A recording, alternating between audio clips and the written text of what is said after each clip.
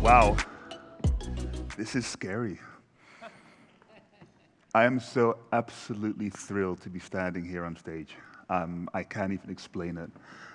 Before I actually do my talk, I really want to thank David and Catherine again. Thank you for enabling me to live my purpose. Thank you for being there, and thank you for bringing all these wonderful people together. I've had a wonderful couple of days. Thank you so much. Thank you. So you're basically here to get things done. You're here to be more productive. For about 20 years now, I've also wanted to be more productive, not for myself, but for the region where I'm from, the Caribbean. Most of you will recognize the left portion of the Caribbean, but there's a darker side, which is the right side. And that's the side where productivity and getting things done really needs a boost. So over those 20 years, I've tried to change that. I was an economic advisor to a number of governments, and I became CEO of a regional bank. And during those 20 years, I was fascinated because I always came across one certain pattern, one behavioral pattern across the Caribbean, which I found fascinating. People saw the world in a certain way which they held on to. They couldn't be creative. It was, no, let's plant bananas again, and let's plant rice again, and let's do this again. We'll do all the stuff that we did 100 years ago. Let's just try it again and just try it harder. And I found that a bit, well, insane. So why? Why all of a sudden is it so difficult to change and see the world differently? Well, I became obsessed. I became obsessed with this burning question. Well, actually, two. What drives creativity? What drives human creativity to see the world differently? And then, what is necessary to ignite it? Being GTDers, you probably already know the answer. It has to do with having a clear mind. But I'll share with you my own discoveries today about how awareness and a clear mind will actually help ignite. Strange enough, over the last number of decades, pundits around productivity, they have looked at creativity different. And they've said, well, productivity is linked to culture. Culture is what sets groups apart, teams apart. You have one culture, which, they're a bit lazy. And you got other cultures which are, oh yeah, they love to work and they're creative and they get stuff done. Yeah, but here's the question then. What drives culture? What is culture? Honestly, I never really understood culture. And I didn't really like all the definitions of it. So I came up with my own definition of culture. And I basically said, a culture is a collection of stories that drives behavior. It dictates what is acceptable and what is not acceptable. Now, let me give you an example. I'm standing here on stage. I have cotton on. Now, imagine me standing here on stage with a baseball cap, a wife beater, and my undies. Please.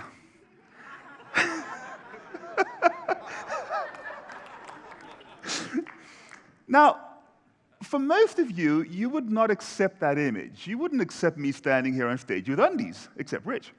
Now, the reason for that is because in our mind, we've accepted a certain story about accepted social behavior. Now, here's another one. What about beauty? Beauty is an interesting one. It's a story. The story goes as follows. As a woman, I'll take a woman as an example. If you wear makeup, then you are more accepted by other people in society. It makes you become more beautiful, which has a very implicit story in there, which basically means without makeup, you are not up, you are down. Crazy, right? Think about it. The story implicitly says you are imperfect and you need something to be perfect. But think about it.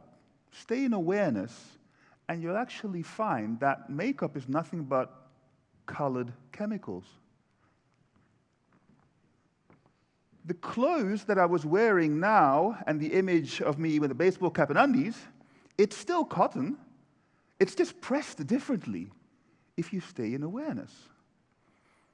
Now, here's another story that you may be very familiar with, and we spoke about it today, holacracy. The story of tops, middles, and bottoms, how we organize organizations. And the interesting thing about this is the story goes as follows. There are tops, those are the thinkers, and you have the bottoms, those are the doers. Now, think about the story itself, because that basically means that the customer reps, for example, who are actually responsible for the experience, they are never in the boardroom, which is weird. It doesn't make sense. They're the ones generating the revenue, but they're not the ones in the boardroom. Now, this is the funny thing how stories play out in our daily life, how we are programmed, how we're conditioned. When you meet a new person for the first time, it takes about 0.6 milliseconds for you to make a judgment of that person, according to some story. You're shaking the person's hand, you're looking at the face. Is it beautiful, yes or no? You're looking at the clothes. What kind of clothes? Is it underwear or not? And it takes about 3 sentences before that sentence comes in that everyone seems to ask. What do you do? What kind of work do you do? We're always trying to size up someone. It seems to be our brain's knack to figure out, who are you? How predictable are you? How can I predict you? How can I size you up versus myself? All based on these stories. Now, it seems to be our brain which is trying to maybe survive. But anyway, now we have a bit of an understanding of culture. The question, it being part of stories, that the question now becomes, how does that affect creativity? Here's the missing link: emotions. The way that stories create or influence creativity is through emotions. If, for example, let's take the story of beauty again. If I look at a woman and I say, I think you're absolutely ravishing, that person starts to feel, yes, I'm great, starts to walk around. And you know what thought comes into that person's mind? Oh, I can. When I tell the same woman, or maybe somebody else, you have a spot right here, or a gray hair right there, did you see it? They'd be like, oh my, no. And they start to hide, and they go into the bathroom and put stuff on there to get the spot away. Living in a story. Their emotions are now down. Their emotions have changed, and they now no longer see this world as I can, but all of a sudden I can't. Now, this is actually very logical from an evolutionary perspective. Evolution would actually say that animals at the top are very different. They think very differently. They are there to look for opportunity to grow. Those at the bottom, they need to be anxious. They need to be vigilant. And the reason why they need to be vigilant is because they are basically under a lot more threat. The threat of rejection being at the bottom of the social pyramid is a lot higher. That is the reason why people get anxious for rejection, and it can even turn into depression. The last speaker talked about the amount of depression that the world is now facing, 3 times more than it ever was. Well, the reason is, if you think about all the stories which are basically coming towards us from media, it constantly puts us in this idea of being imperfect. It constantly puts us in the idea of, you need to be someone else. You're constantly at the bottom of the pyramid. Now, I thought about this, and I thought, well, I have an idea. I have an idea. If evolution would tell us that anxiety comes from our mechanism to avoid rejection, to avoid threat, we also must look at the world differently. It must influence the way we look at the world. So, my hypothesis was, you know what? You're at the bottom, you will probably see the world fixed. Why will you see the world fixed? Because you want to predict. If you're at the bottom of the pyramid, you want to predict if you are going to die. Now, from that perspective, all of a sudden the world becomes an is. Things are, right? So, for example, if you see a person and all of a sudden you're saying, well, who is that person? No, that person is. That person is something. I need to label it because potentially that person will make me a threat. And let me give you an example. Think back to when you had an argument with your partner. Just think back to that moment. In the heat of the argument, when your emotions became high, what happened? All of a sudden you started to look at your partner. Ah, you're stupid! You're this! You're arrogant! You're egocentrical! Right? We are labeling because we need to predict that person in the heat of the battle. We're coming up with labels to actually say, you are, so the brain is now able to predict. Now, we've all seen this play out in the media. When fear actually hits, Mexicans are drug lords, black people are dangerous, and so are Muslims. People are. We are now predicting. Our brain is literally holding on to a certain explanation of the world. So, this is a nice idea. So I wanted to really say, well, is it possible to prove this? Is it possible to prove that a story could lead to an emotion, could actually change my view of the world? The answer is yes. And I want to share what I do with experiments to actually prove this. This is a Raven matrix. It is used to test IQs. Now, I'd like to ask you all, first of all, to please stand. And we're going to do the following exercise. It's so great. I can actually ask people to stand and just people do that. It's just amazing, isn't it? So, I'm now going to ask you, in about a couple of seconds, to fill in the missing blank on this Raven matrix. And based on your response, you will either be a manager or a worker. So, the managers, of course, will get it right, and the workers, unfortunately, will get it wrong. So, you have about 5 seconds. Please take a look.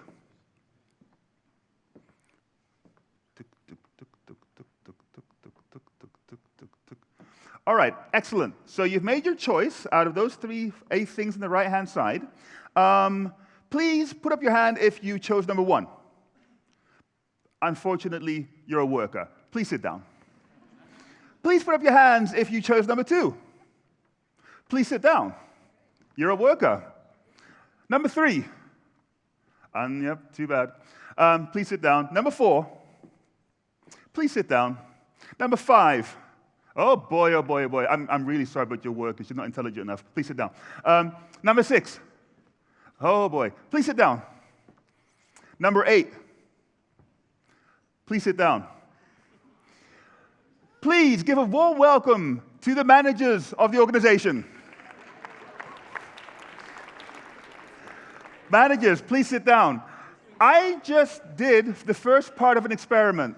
Those people who sat down, there a mechanism came to your mind which said, I'm a worker, I'm dumb, The managers were all smiling. I'm not sure if you noticed that. The managers were, yeah, I'm a smartass. By the way, it's not 7, it's 8. What I then did after doing this part of the experiment, I actually had managers and workers make economic decisions. And what happened was the managers actually took a lot more risk, and they collaborated a lot more amongst each other. Workers didn't take risk, and they all of a sudden stopped collaborating. The fixed mindset of the workers came in literally after 4 minutes of telling people a story about who they were. 4 minutes of doing this, and people's brains actually started to change. Now, I thought about this experiment, and I thought about the Caribbean where I'm from, and I thought about the stories that made people look at themselves through a mirror, because at the end of the day, we don't look at ourselves through the mirror. We look at the mirror through the stories of other people. And the stories in the Caribbean have been going on for more than 400 years about what it is to be, for example, black. And that story gets internalized. And people then look at themselves in a certain way, and they behave a certain way. Now, this in itself starts to become an issue. But now the question is, how do you ignite the spark again? How do you change the mind away from the stories? Now, this is a model which I came up with in my book, and it's outside, actually. You can buy it. I have 4 steps. Well, actually 3. First one is, who am I? I've used this model in my own bank as a CEO, and I've used it as a behavioral coach in different organizations. Start off with the who am I? Am I a teller or a customer rep who just is doing something there for the clients? Or am I the person who, if I, for example, fall under a bus, all of a sudden all hell breaks loose? Because let's be honest, when I was a CEO, if I fell under a bus, people wouldn't recognize it until after a week, until I started to smell. But for those folks who are a teller, if they fell under a bus, all of a sudden you had queues out the window. Who am I? How important am I to the organization? Second one, what can I do? What can I do? The borders that we spoke about, or my colleague spoke about with holacracy. How do we define our borders? In our bank, we gave every teller a budget. This is what you can use to make things right for your clients. You can do with it what you want, but you have the power, the control to deal with that interaction without having to go to your manager. 3, how can I do it? If there's anything you take away from this talk, how can I do it? Because think about this, the brain only really has 2 binary directions. I can or I can't. But that's a problem, because at the end of the day, that's a very absolute explanation. If you force people to constantly think about how can I, there's no way out of it. You actually need to come up with solutions. It's not a question of I can or I can't. The question, how can I, you now have to think, what are all the things that I can do? My experience, and I've seen this happen not only in my own organization and others, in my organization, employee engagement went up by 7%. Revenues went up by 40% in 1 year. People started to open up again and saw opportunity. They became creative. They didn't see the threats anymore. Now, then all of a sudden, the why, because the why is one of the most important. Why do I do things? Why? And that's when the mind starts to open up. But it's difficult. It's really, really difficult. The older we get, the more our mind gets programmed by the conditions that we've heard through so many times. Now, my belief is, I think we need to look at education. I think we need to really look at the young children and see how we can stop conditioning their minds. I think we need to go away from the idea of you are someone when you get a certain grade, or you need to be someone later, but you're not someone today. I envision a very different way of educating. I envision a system where children do a lot more self-inquiry to get a lot more clear space in their mind. I envision a system where children have control, they have a say in what they do. They have a say in their own life and what they learn. I envision an education system where it's a joy to go to school. It's a joy to discover a world without facts, just a world with opportunities, a world of opinions, of different opinions, not one where there's something which is right or wrong, but one where there are effective outcomes and ineffective outcomes. I envision a whole different way of looking at the world, whereby we don't look at ourselves through the eyes of a story, because the only way to know who we are is to understand who we are not. And what we are is potential, every single second, every single moment. Increase awareness of yourself. That's how we get things done. Thank you so much.